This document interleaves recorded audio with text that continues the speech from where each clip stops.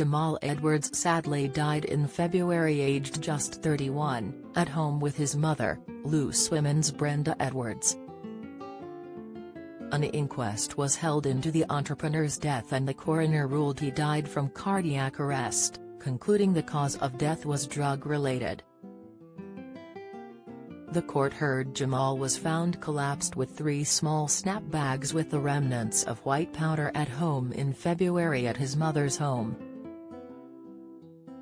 An inquest at West London's Coroner's Court found evidence of cocaine and alcohol in his system.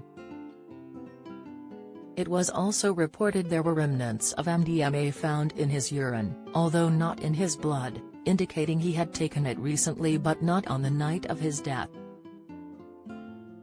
Jamal had returned home in February at around 4 a.m. after playing a DJ set in North London. He then stayed up drinking with his friend Nick Hopper, who was living in an annex on the Acton property. The inquest heard that the YouTube star had become paranoid, and was behaving erratically, throwing things around the room before he collapsed. Hopper told the inquest, via Southwest News Service, when he came in he appeared to be his normal self and it appeared that he had just been out. We began to chat, smoke some weed and drink. He told me he was under a lot of pressure. There were periods of talking followed by silences. Over time Jamal became quite paranoid and was saying I had things in my hands when I didn't. Anytime I moved he began panicking. I told him to calm down, but he became increasingly irate. He was grabbing things, throwing them around the room. He was panicking and sweating. I spent ages trying to get him to open the door. Hopper said that Jamal would not let him let any air in the room by opening a window and eventually collapsed by the bathroom door. Jamal's uncle, Rodney Artman, had tried to perform CPR until paramedics arrived and took over. However, Jamal did not regain consciousness and died at 10:36 a.m. on Sunday, February 20th.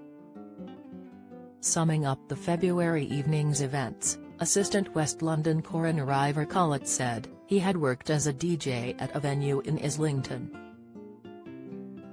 At around 4:30 a.m. he arrived at home and joined his close friend. They had some drinks and had arranged to smoke cannabis. Although he appeared normal at first, his behavior changed and he exhibited signs of anxiety, paranoia and irritation. Despite his friend's efforts to calm him down, he began throwing things around the room before collapsing on the floor. The police found drug paraphernalia. The toxicology tests found recent evidence of drug use.